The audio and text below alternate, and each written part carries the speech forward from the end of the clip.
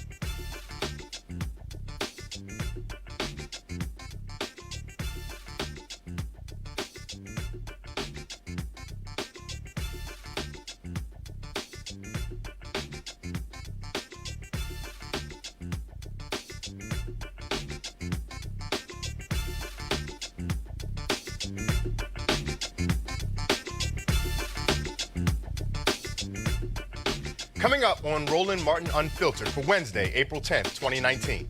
I'm Ray Baker in for Roland. He's on the Tom Joyner Morning Show cruise. Trump backer Candace Owens shows off her ignorance again, this time in front of Congress. We'll take her to school. Maxine Waters versus Treasury Secretary Steve Mnuchin. Guess who won? We've got the video. Another Trump nominee won't say Brown versus the Board of Education is settled law. What's going on with these people? Are they keeping their options open?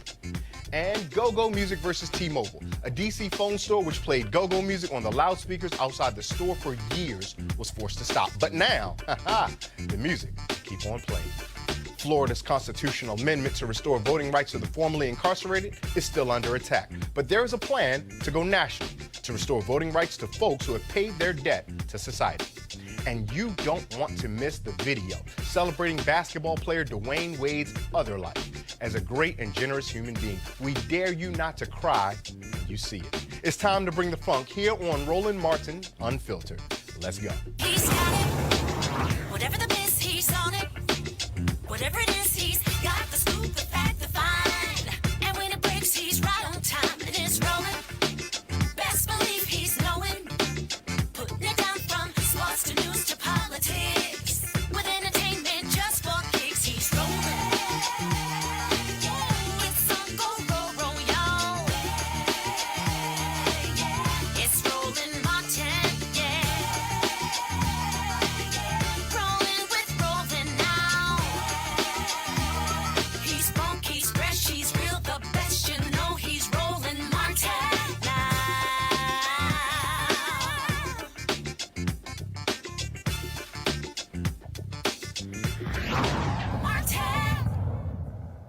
I'm Ray Baker in for Roland. He's on the Tom Joyner Morning Show cruise. Yesterday's hearing on hate crimes and the rise of white nationalism before the full House Judiciary Committee continues to make waves. Unfortunately, it involves cleaning up the ignorance of Candace Owens. Owens is with the Trump PAC Turning Point USA. First question, of course, is why is she even called to testify at all? Why was she on the same panel as people as distinguished and informed as Kristen Clark, the CEO of the Lawyers Committee for Civil Rights Under Law, and Eva Patterson, president of the Equal Justice Society, both distinguished attorneys with decades of social justice work? Ms. Owens, on the other hand, attended but did not graduate from college and co-founded a marketing agency before coming to the attention of conservatives. Who asked her to testify, you might ask? One of the Republicans on the committee. Yesterday at the hearing, she was fed this question by one of the Republican members. Ms. Owens, let me begin with you if I can. I think it's fair to say that you didn't start off on the conservative side of the ledger, is that correct? That's correct. I was a liberal. Okay. And so just on a couple of issues, and you mentioned them in your statement, but just to go back to them, if you could tell us again kind of what they are and what hatred that you've experienced as a result of having this point of view. You mentioned the term Blexit. Would you describe what that is and what hate that you've experienced as a result of your position on that? I launched a movement called Blexit, which is the black exit from the Democrat Party, when I became educated about the issues and stopped reacting emotionally, which is what the left wants us to do, presumably, when they hold up pictures of burning churches. I began to examine the facts and look at some of the narratives they were spinning. For example, in 2016, it was police brutality, and I realized that they are dissuading us against our own best interests. And I wanted to have a more productive dialogue with the black community about the issues that are actually affecting us and impacting us. When I announced that I was a conservative, I've never seen anything more racist, more disgusting, more vitriolic, and more hate that's come my way in my entire life, and the things that Democrats and the media say about me today. I've been referred to as an Uncle Tom, a bedwench. For those of you that don't know, that means a slave that sleeps with the master, a house nigger. And these are all words that have been said over and over again about black conservatives when they have the audacity to think for themselves and become educated about our history and the myth of things like the Southern switch and the Southern strategy, which never happened. The myth of things. What caught most people's attention was her statement that the Southern switch or the Southern strategy never occurred. Spoiler alert, she's wrong. It did. Basically, the idea behind the Republican Southern strategy was that after a Democratic president, Lyndon Johnson, got the Civil Rights Act and the Voting Rights Act passed in 1964 and 65 respectively, that Southern whites would abandon the Democratic Party if, that is, Republicans could figure out a way to appeal to the white voters' racism. Legendary Republican operative Lee Atwater, he of the Willie Horton ad fame, laid out in this 1981 interview how Republicans use coded language to appeal to the racism of white Southern voters, something they're still doing today. You start out in 1954 by saying nigger, nigger, nigger. By 1968, you can't say nigger. That hurts you, backfires. So you say stuff like forced busing, states' rights, and all that stuff. And you're getting so abstract now, you're talking about cutting taxes and all of these things you're talking about are totally economic things, and the byproduct of them is blacks get hurt worse than white. We want to cut taxes, we want to cut this, and we want is much more abstract than even the busing thing, and a hell of a lot more abstract than nigger nigger. Hard to believe that Howard University once wanted him on their board of trustees. On the panel today, we have A. Scott Bolden, former chair of the National Bar Association Political Action Committee, communication strategist Kelly Bethea, and Johanna LeBlanc, a national security and foreign affairs legal analyst. Welcome to all of you. Kelly, I'm going to start with you. When you hear the absurdity that we heard from Candace Owens, and she talks about that she's now facing racism, and she's alleging that there's a bit of reverse racism, how do you react or respond when you hear her say something like that? You know, at this point, I can't tell whether she's gaslighting or whether she's actually ignorant, because it's just not true. It's just not true. Like, there's history about it, there's recordings about it, there's people who are still alive who can testify to the fact that this stuff happened. So, there are no words, yeah, it's really right? When it comes to, man, I just, I'm speechless. It's really difficult. It's really, really hard. With her saying she's, you know, being discriminated against, I mean, in a sense she is, but it's not because of her skin color, it's because of her ignorance. Right. You know, and we imagine that language such as bedwench and things like that has no place anywhere. But Johanna, I'm going to come to you next. Because my question there, as a black woman, do you see any identity politic there where you almost cringe thinking, oh no, please don't do this, sister, please don't?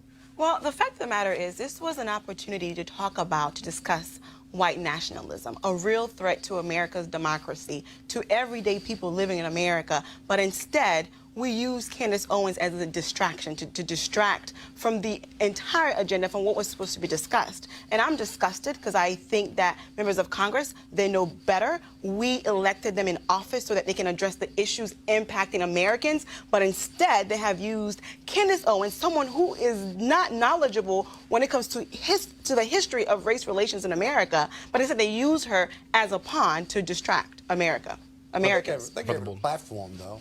They did, and the Republicans seemed like they hijacked this hearing Because what is the media doing? The media is focusing on Candace Owens and some of her outrageous statements.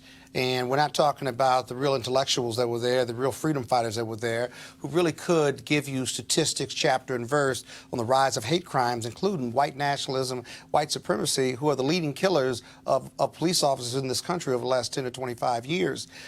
In regard to Candace, I mean, she gets a lot of press because of what she says, but her press is rooted in her own ignorance, if you will. Candace Owens isn't being discriminated against. This is the ignorance part that you talked about, my colleague. Candace Owens isn't being discriminated against because she's a black woman who chooses to be a Republican. Everyone is free to choose their political party. She's not even being discriminated against. She's being criticized and called names and attacked because what she says is offensive and fundamentally incorrect. It's not a mistake. It's a purposeful error on her part. And so they twist the words to say that attacks on police officers are down or that the Southern strategy was not accurate. There's empirical data, documentary evidence to support this, and the piece that you just ran confirms that.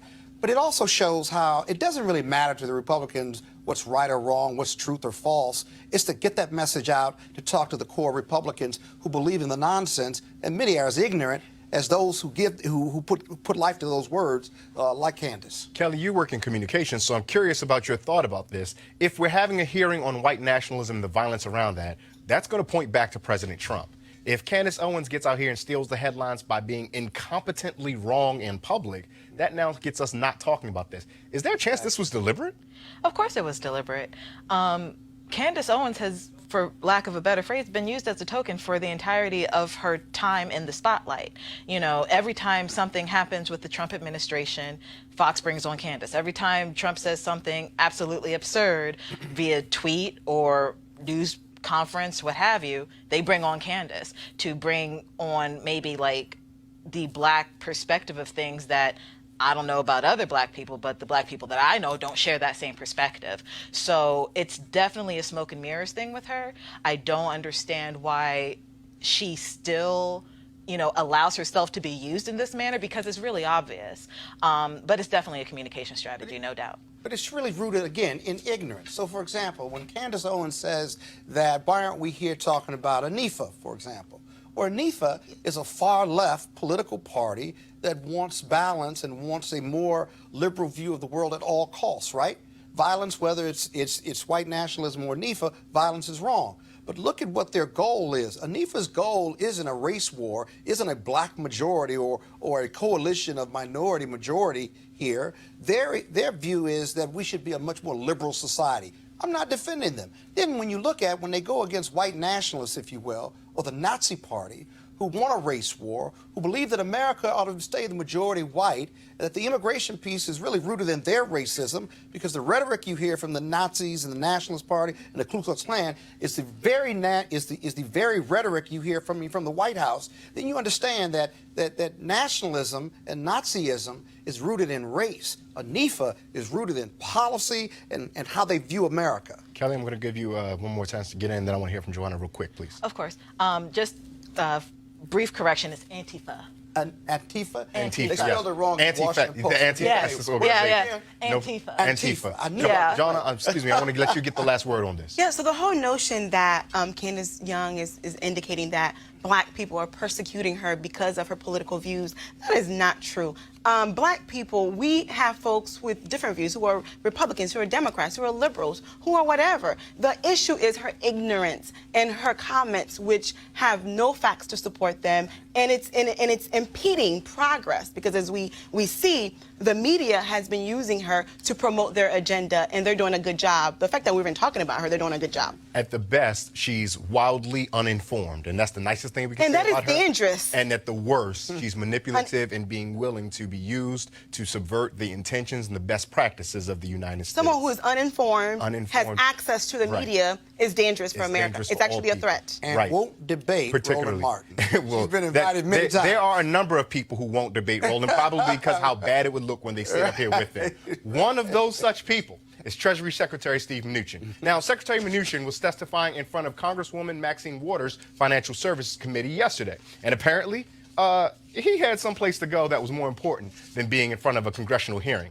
Haven't these folks learned that you don't mess with who we call Auntie Maxine? Mr. Secretary, I want you to know that no other secretary has ever told us the day before that they were going to limit their time in the way that you're doing. So if you want to use them as examples, you have acted differently than they have acted, and as I have said, if you wish to leave, you may.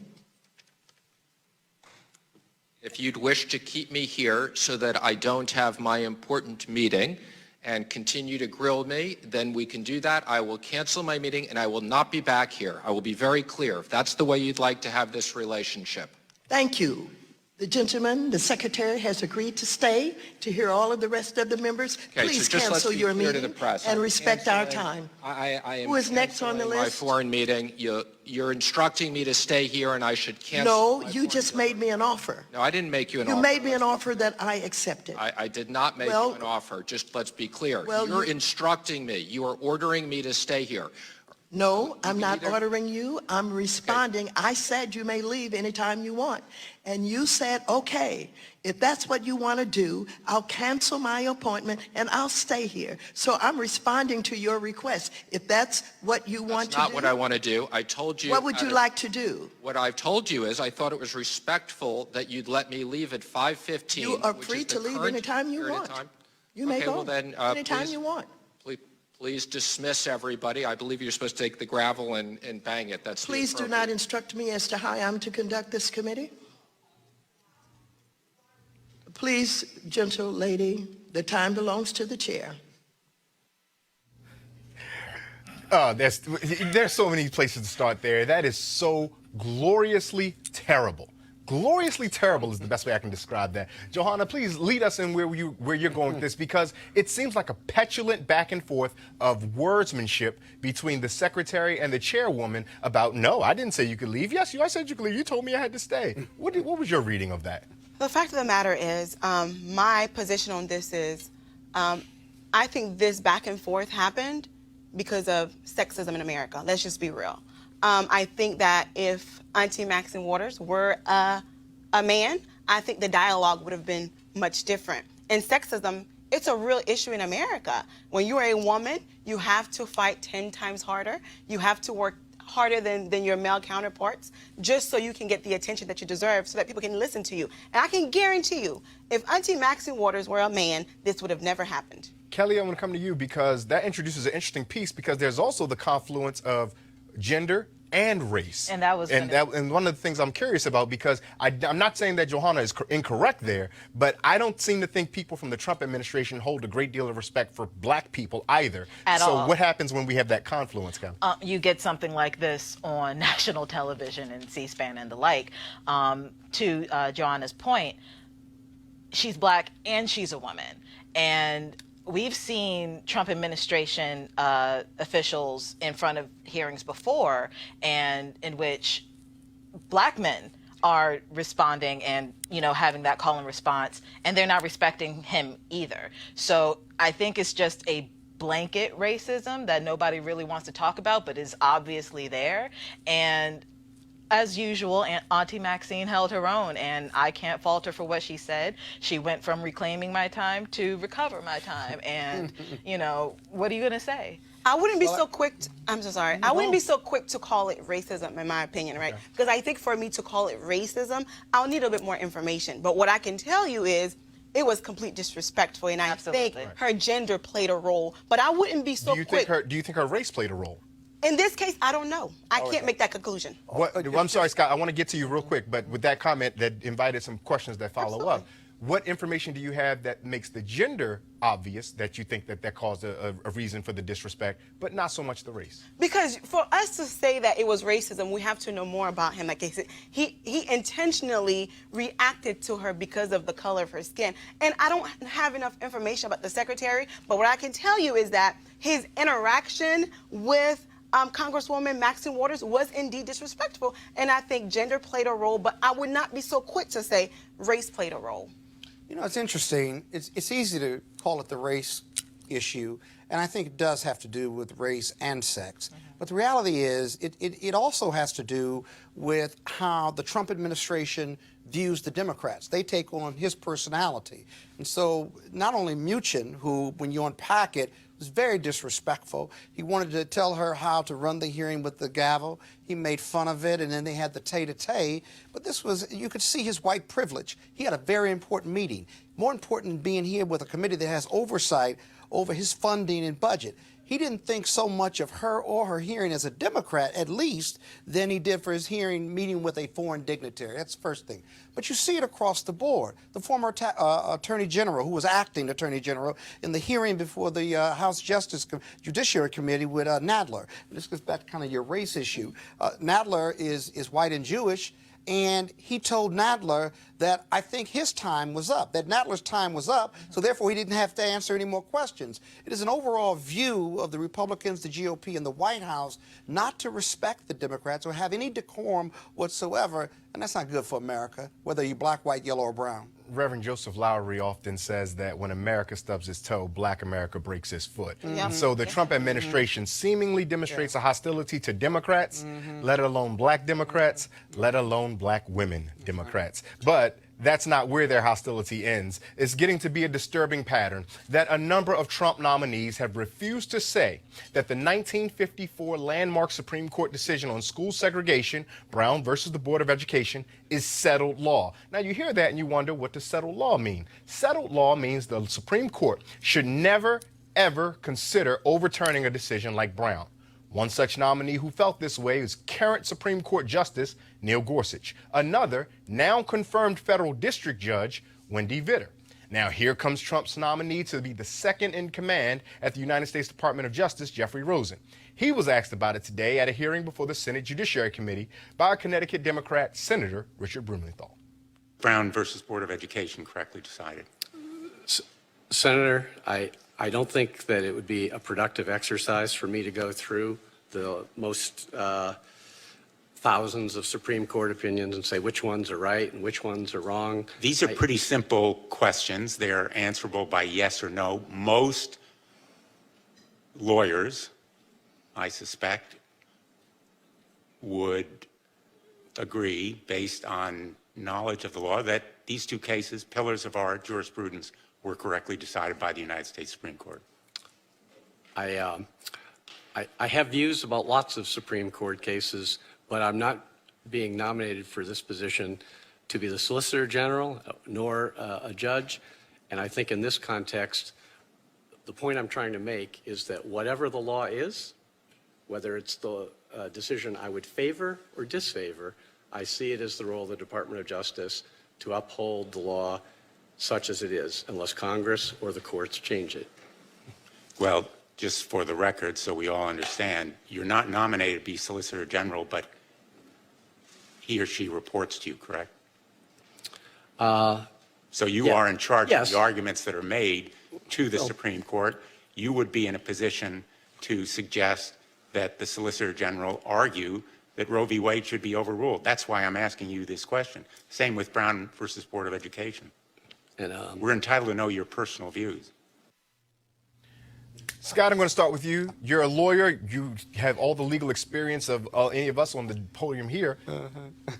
One, should someone should someone disclose their personal views on long-held statutes such as Roe v. Wade and Brown v. Board? That's the first question. And the second part of it is, if their opinion goes against what is the Supreme Court precedent that we now think to be just decent humanity, what does that mean about them holding office?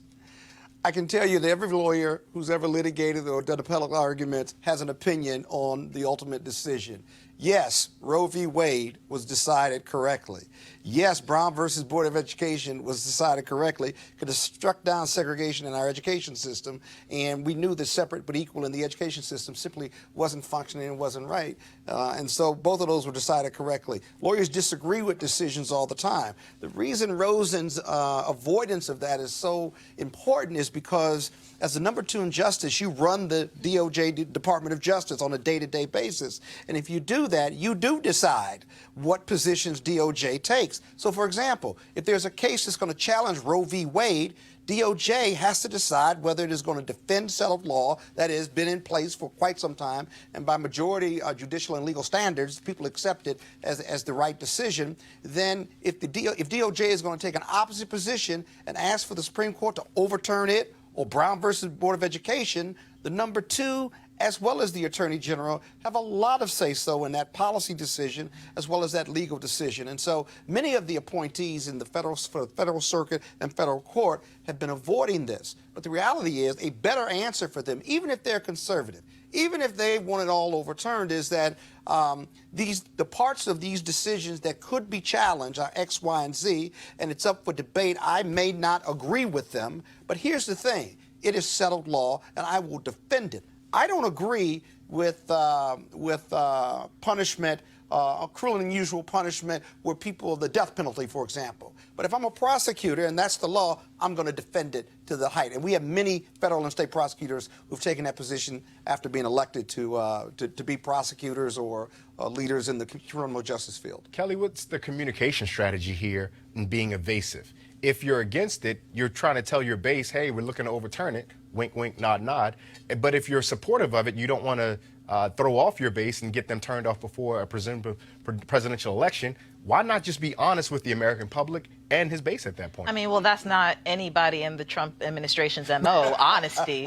So I'm not expecting that at all. The bar has been set so low for this administration. You know, the bar has been set so low. I really don't expect much from this administration. But I do want to note, to Scott's point, how when it comes to decision making, specifically with the DOJ, how definitive their answers typically are. But something that I wanted to point out that Rosen did say, he said, quote, whatever the law is, whether it's a decision I would favor or disfavor, I see it as the role of DOJ to uphold the law such as it is unless Congress or the courts change it. So he kind of removed any power that the DOJ could have in that statement. I'm not saying he's going to uphold it. Mm-hmm. I'm not saying that he's not going to lie, because he might. But for it to be under oath, for him to say this at a hearing, he basically said that he's not going to touch this because Congress or the courts aren't going to touch it. And in fact, Scott, before I let you get in, I want to hear from Joanna for 1 second, because I want to get to her because you haven't heard from her yet. Your thoughts on this? My thought on this is, so it's been over 60 years since Brown versus Board of Education, the ruling of it, right, of this particular court case, which is instrumental, one of our landmark cases in America's jurisprudence. My concern is 60 years after, right, we are dealing with some dire situations when it comes to the education of Black and brown babies in America.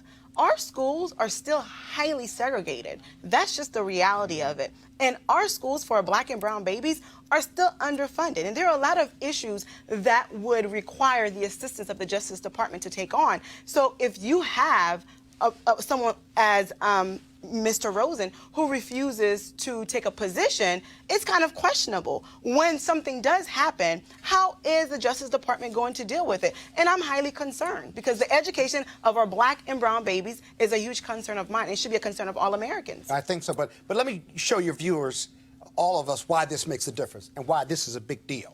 In Texas 3 months ago, the state of Texas challenged Obamacare, or the American Health Care Act, right? And so the judge went further in his opinion and said none of the American Health Care Act could be enforceable, which was far beyond what DOJ, the government, had argued in their brief papers and in their oral argument. They had argued that parts of it were unconstitutional, but that the other part, like pre-existing conditions, should stay in play. Now, when the judge's decision came forth, DOJ was ecstatic, because now they had an opening in the federal district court judge that was going to strike it down completely.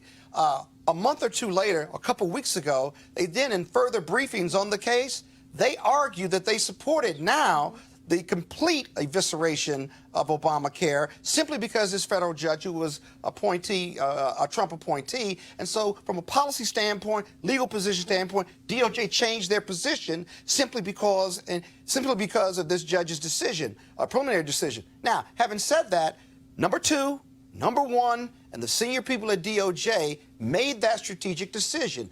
That's why him not answering that question is relevant, probative, and material to whether he should get appointed or not. And that's why Kelly's addition to the conversation about I'm only going to abide by what the courts and Congress say, because if you move out of the way and allow courts to change things, then you can reverse course yourself.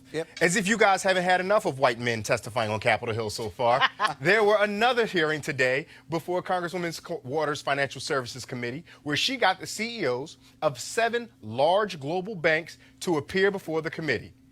Here they are. Take a look. Now, you notice anything about them?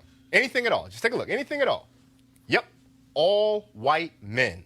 Congressman Al Green of Texas asked them a question. How many of them thought they would be succeeded by a woman or a person of color? Not one raised his hand.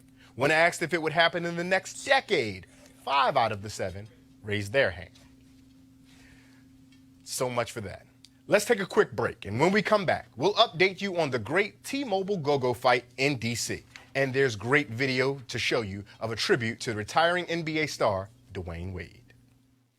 You want to check out Roland Martin Unfiltered?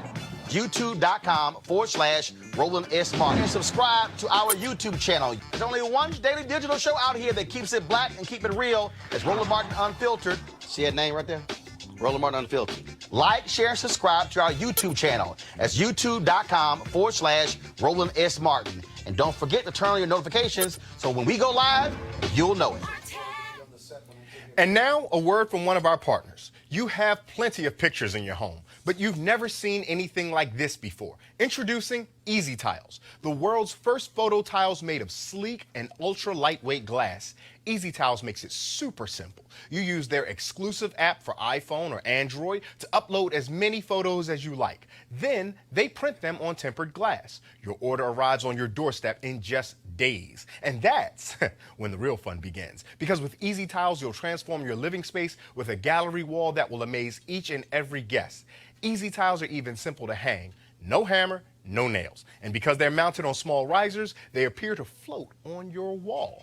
Easy to order, easy to hang, and guaranteed for life. Now you can save 30% on any size order, plus get free shipping on orders of 4 or more. Just download the free Easy Tiles app at easytiles.com and turn your best memories into beautiful glass wall art. Plus, save big now with this special TV offer. Again, that's easytiles.com. Hey fam, want to check out Roland Martin Unfiltered? The blackest show on all of digital, cable, and broadcast. Check out our audio podcast. There's only one daily digital show out here that keeps it black and keep it real. It's Roland Martin Unfiltered. Press play.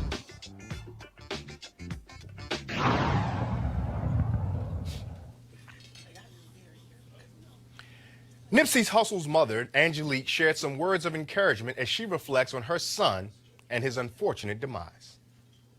I have perfect peace and I have strength, and I want to lift you up. Please do not stay down. Do not stay stuck. Many of them are stuck. Do not mourn, because Nipsey is great. He is the great. He is the great. And now he is even greater. Yes, he is. Because he has no bounds and no limits. His energy is everywhere. He can touch. He's there with you now, and he's here with me now. That's true. That's and true. please be encouraged. Please be encouraged. He was beautiful. He did not look scary. He did not look like he was shot. None of that. None of the trauma, the way that he left this earth, none of that showed on his face. He looked like a radiant, clean, beautiful Light being. Light being. Yes. Yes. Yes. Yes. Tickets to a memorial service tomorrow for Hussle at the 21,000-seat Staples Center in Los Angeles sold out within 40 minutes. Rest in peace, Nipsey Hussle. And we have an update for you on the Metro PCS store located in D.C. that has been asked to stop playing go-go music. For days, the community has been protesting the decision by playing go-go music in front of the store, and more recently, go-go bands have performed outside of the store. Here's a video of one band chanting, "Don't mute D.C."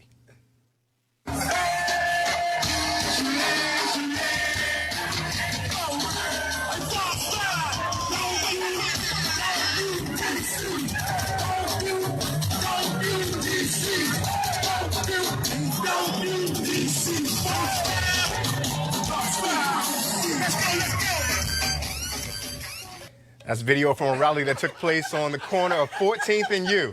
I'll tell you, the panel's up here laughing, but I tell you, anything that beats on the 2 and the 4, you're going to find me stepping to it. Anything. Now, John Ledger, the CEO of T-Mobile, which owns Metro PCS, he stepped in and tweeted a statement on the issue. He tweets, quote, "I've looked into this issue myself, and the music should not stop in D.C.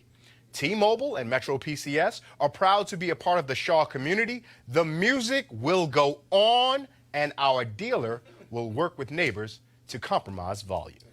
As anybody who watches this program knows, activism works. Let's go to our panel about that for a second. Kelly, you were bopping just as long as hard with me when you heard that. When you saw the video and you heard the music, what did it make you feel? It made me feel like I was home because I grew up here, and that corner is just quintessential go-go. Like, I've never been there during the day where it hasn't been playing. So for somebody who's not from here, doesn't know our culture, doesn't know anything about DC, to come in and basically just try and change something for their benefit without regard to the community at large, it's just insulting, because it's not about whether you're moving here. Nobody cares where you move. It's you're changing something that didn't belong to you in the first place. So that's what the reaction from my community was doing, what we were talking about. And I am just kind of upset that I missed it by just like an hour yesterday. You want to go out there? You want to be out there bopping? Of course I was. Scott, let me tell you something. When I was a young partner, senior associate, I represented Warren Williams Sr. and Jr., and they owned the Club U, right there at 14th and U in the government building. And they had lots of legal challenges, and just generally by being in a government building. But some of the best times and some of the greatest artists of our time, hip-hop and rap, played there, including Tupac and Biggie and others, when they weren't really big stars. And so that brought back a lot of great memories. Here's the deal, too, but you got to keep in mind the politics of this. T-Mobile is in merger acquisition discussions right now with another mobile organization. I can't remember who they're trying to combine with, right? And so they're under scrutiny from DOJ, and obviously the state attorney generals across the country will be looking at that merger/acquisition to figure out whether they're going to sign off on it or approve it or not. And so why pick a fight with one of the largest group of your users, African Americans and brown people, use more T-Mobile phones from a customer base than any other group? Why pick that fight on something as essentially ethnic and hometown as D.C. as the go-go? Absolutely. And to your point, Scott, I believe they're merging with Sprint, if I'm not mistaken. I think you're right. Yeah, and to your point, Kelly, that strip is on the corner of 7th and Florida Avenue. And as a Howard University alum, well, it looked like walking 14th. Yeah, no, that video was from 14th and U. Okay. The actual store is on 7th and Florida. Yeah. Okay. And so as a Howard alum, when you get off the metro and you walk toward the university, you know you're back for homecoming when you can hear the go-go. When you can hear the go-go. Speaking of Florida, their amendment down in the state of Florida, Amendment 4, which restored voting rights to 1.4 million formerly incarcerated felons, is still under attack by Republican legislators there. Even though the amendment to the Florida Constitution was specifically written to keep the legislature out of implementation, the measure there passed with 64.5% of the vote. Now, for some good news. The Florida Senate committee working on implementation is not demanding that all fines and court costs be paid before voting rights are restored. However, their Florida House committee there that is working on it is demanding that payment. Those payments could total billions of dollars, and so some progress here, but the fight is not over in Florida. On the federal level, Senator Ben Cardin of Maryland introduced the Democracy Restoration Act of 2019 this week. The bill will restore federal voting rights to all Americans with felony convictions as soon as they're released from prison. Here to talk about that with us is Connor Maxwell, race and ethnicity policy analyst at the Center for American Progress. Connor, thank you so much for joining us. Sorry I'm here instead of Roland. I'm sure you're probably looking forward to it, but I hope we have the good conversation nonetheless. What does the senator's bill ultimately do for so many formerly incarcerated citizens? Yeah, thank you so much for having me on. And I think the right place to start is Senator Cardin's bill would solve exactly the sorts of problems that we're seeing coming out of Florida, right? Beginning with carve-outs. In Amendment 4, there were specific carve-outs for offenses, and there was a lack of clarity or a perceived lack of clarity from Governor DeSantis about how it should be implemented. And he took advantage of that situation in order to disenfranchise as many people, black people, as he possibly could. So Senator Cardin's bill would restore voting rights to vote in federal elections to anyone with a prior felony conviction immediately upon release from prison.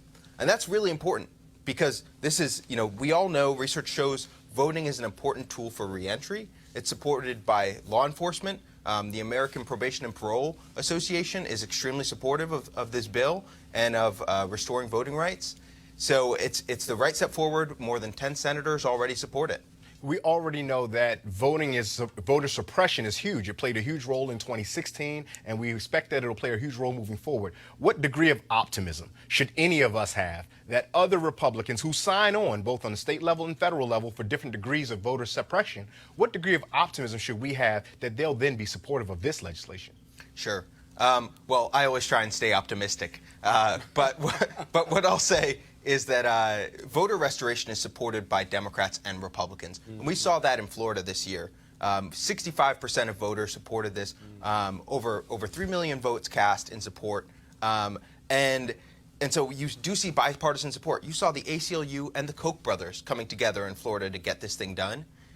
What you're seeing is a cadre of far-right lawmakers in the Florida legislature disregarding the will of their own constituents and moving forward in order to suppress voters and keep their own seats. That's exactly what we're seeing here. That's disappointing, but I think as a whole, we're moving forward in the right direction.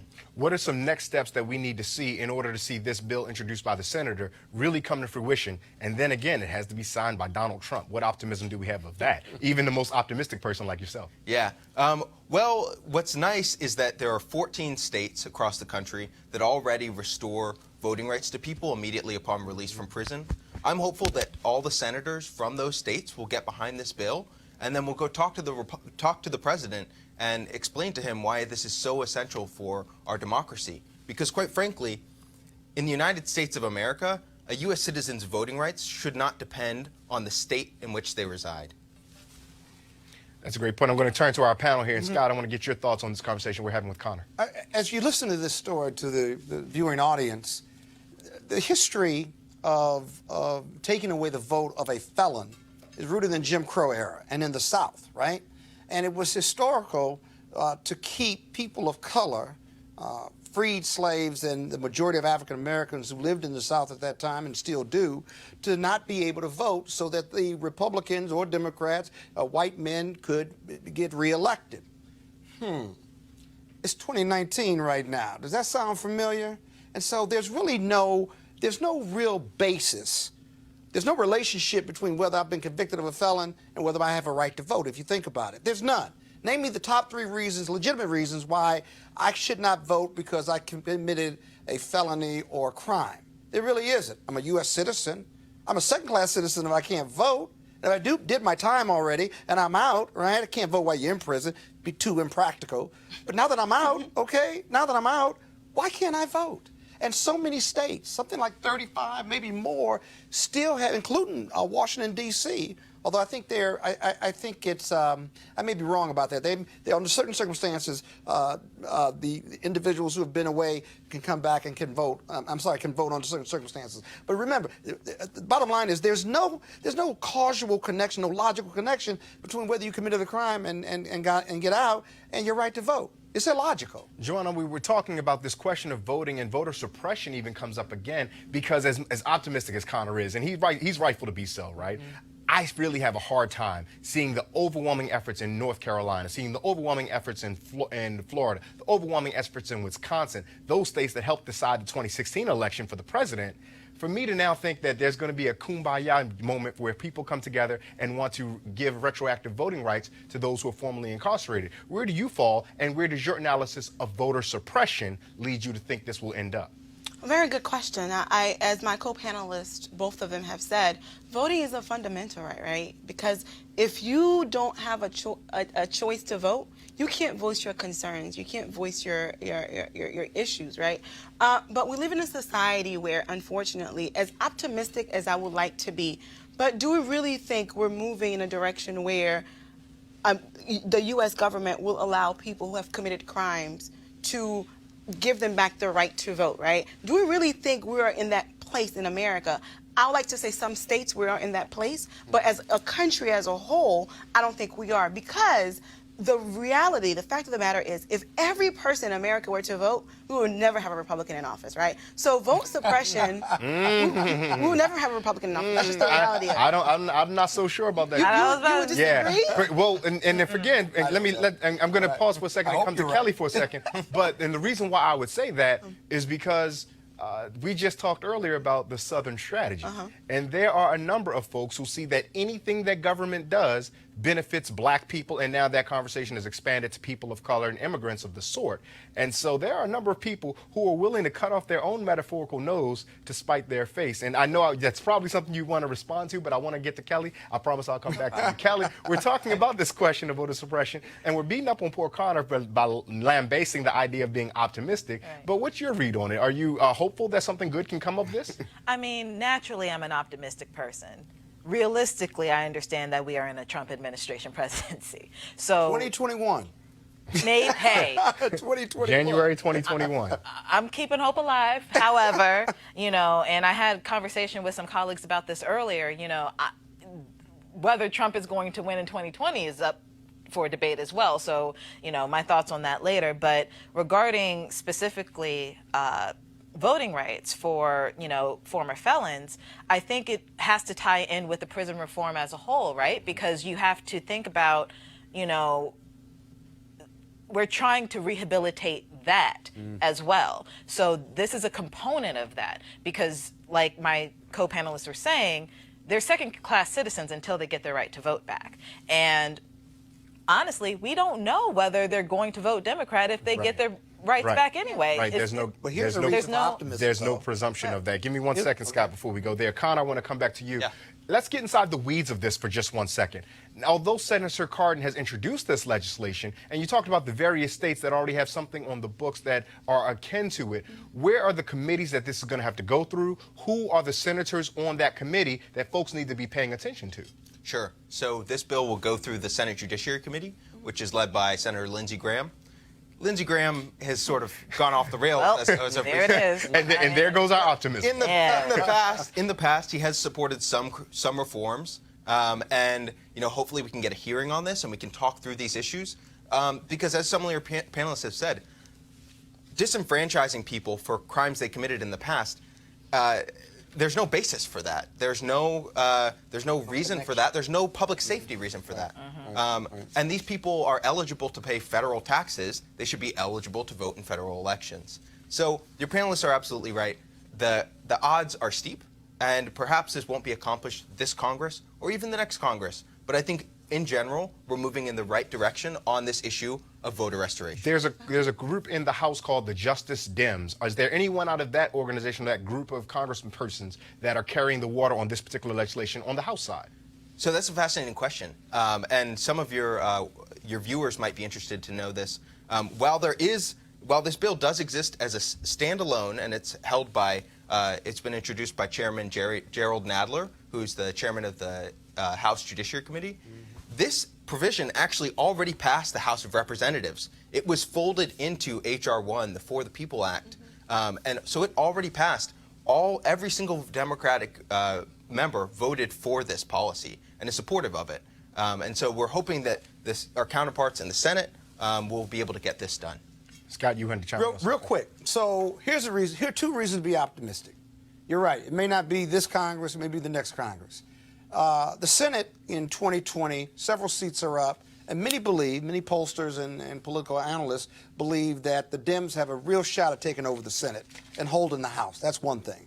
Second of all, depending on the demographics, depending on the reports that you see and the Pew Trust analysis and foundation reports, people of color are going to be the majority of this country, whether it's 10 years or 20 years from now.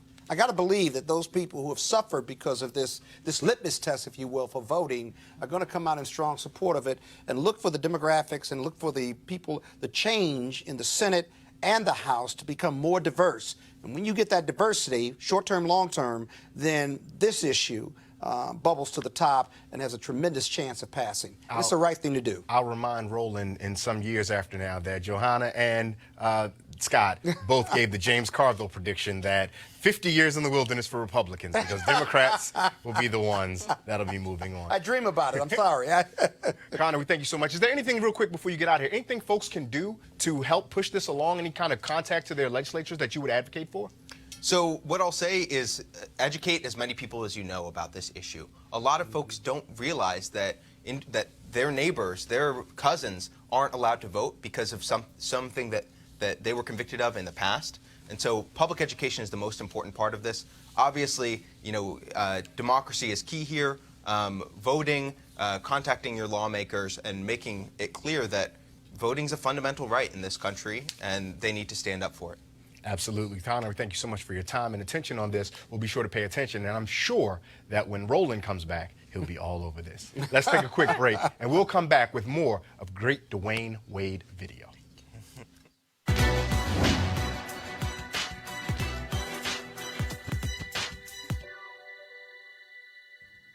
There is no shortcut to utopia. Writer Claude McKay.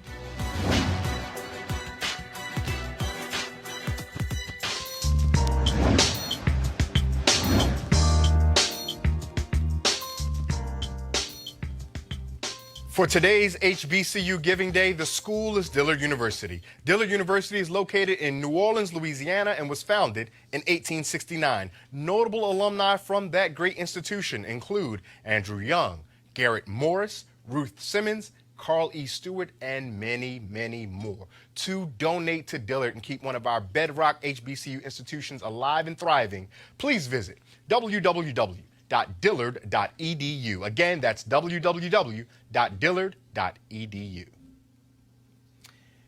Calling all HBCU alumni. That's me, Scott, and I know you're one as well. Yeah, all the HBCU alumni in the house. Yeah, we're deep in here today.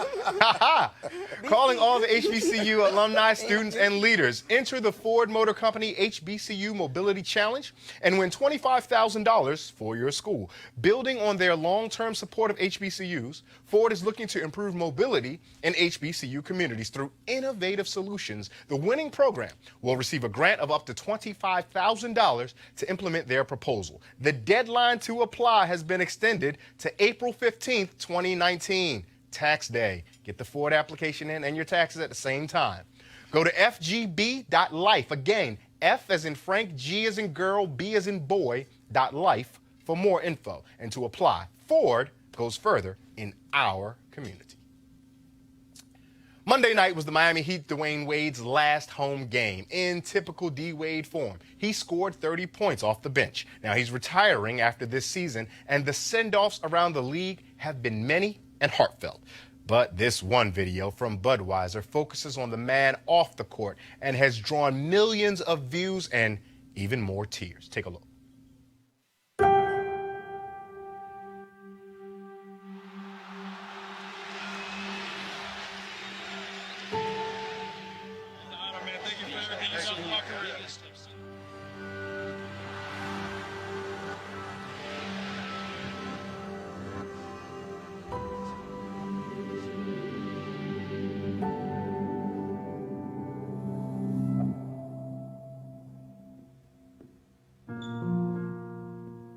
I have no idea who's coming. Like, literally, no idea.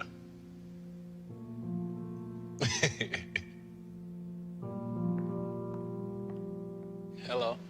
Hi, Dwyane. Hello. Hello. How you doing, brother? Pretty good, and yourself? It's been about 12 years since I last seen you. I come from an area where not too many people make it.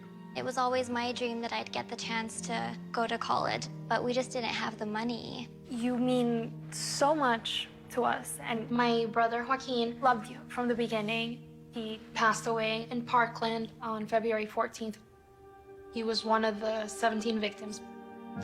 10 days before Christmas, our house burned down and we lost everything. It was one of the lowest points in my life.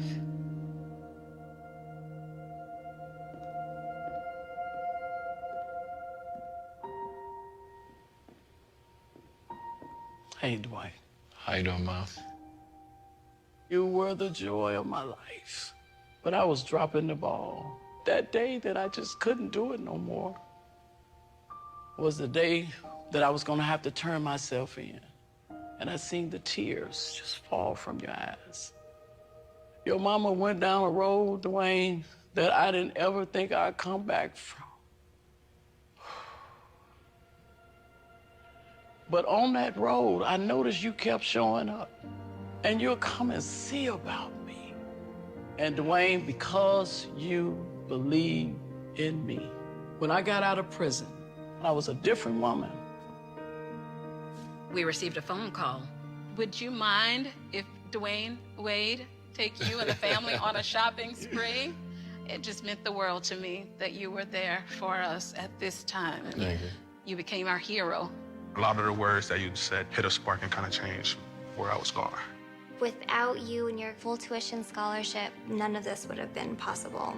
You're not Wade, the basketball player, the legend. You're the human being that took the time and on his own wrote my brother's name on his shoe, and you cared. When you bought your mama that church, you don't even understand the lives that you changed. So I don't have a jersey, but I brought you this. I don't have a jersey to trade with you, but I definitely have this, the blazer that I wore to my first job interview. My cap and gown from graduation. This is important because Joaquin wore this in his last championship. My family wanted you to have it. Please don't forget my brother, Joaquin. Having you as a role model has made all the difference. One of the special robes that you gave me, purple symbolized royalty, and you are royal in everybody's life that you've touched. You completely changed the course of my life. I know my brother is with you always. It wouldn't have been possible to be here if it wasn't you. I am more proud of the man you have become than the basketball player. You are bigger than basketball.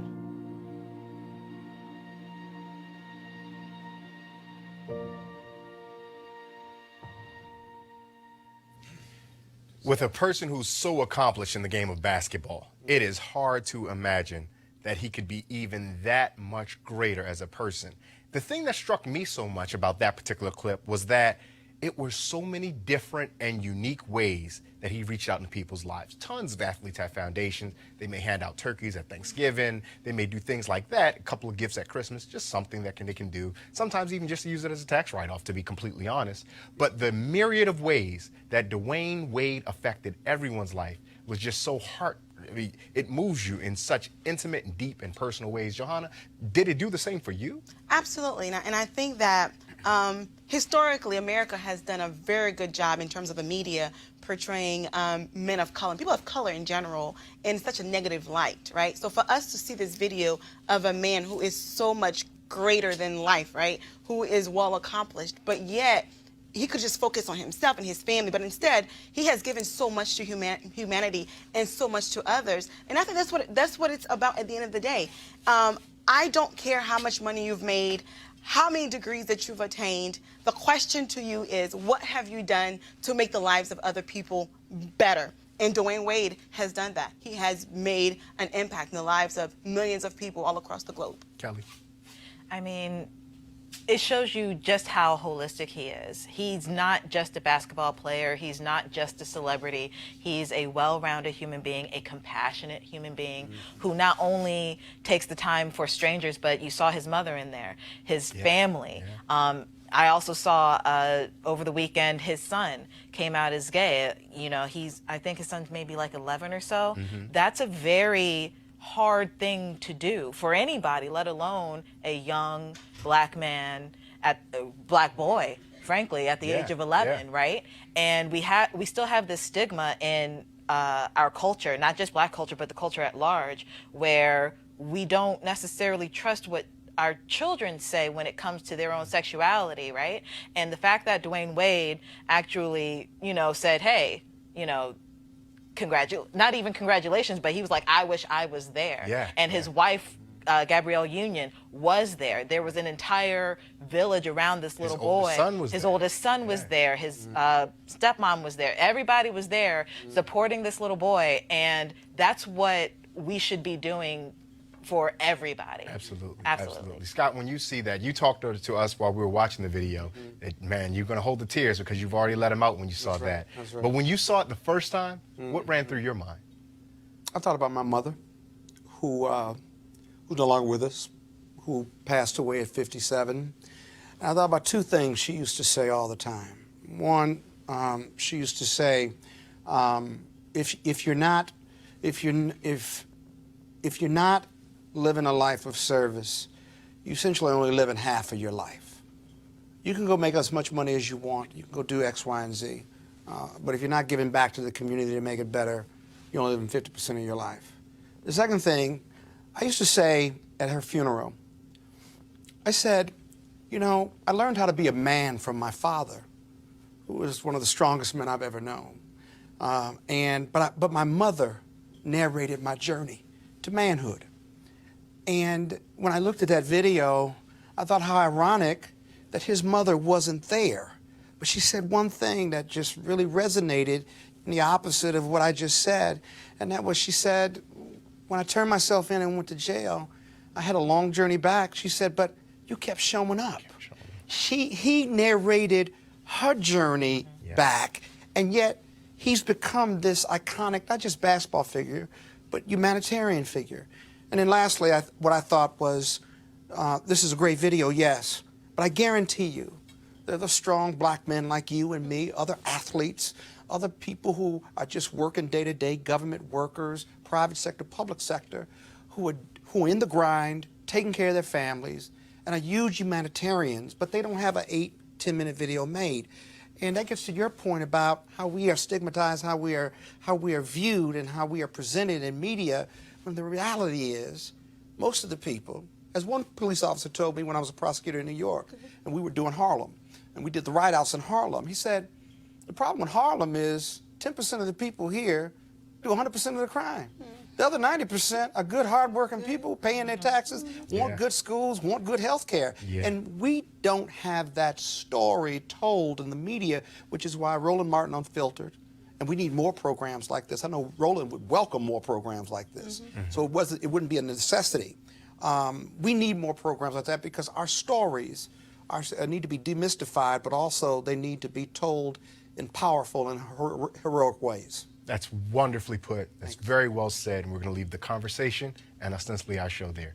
Kelly, Scott, Johanna, thank you so much for riding with me here as I filled in as the captain on the ship this time. And thank you all for watching, whether you watch with us live or whether you're watching on delay. We're grateful that you're here with us. That's it for this edition of Roland Martin Unfiltered. I'm Ray Baker in for Roland. Roland, enjoy yourself on the Tom Joyner Morning Show cruise. In parting, let us remember the words of the Yoruba proverb, that if we stand tall, it is because we stand on the backs of those who came before us. God bless.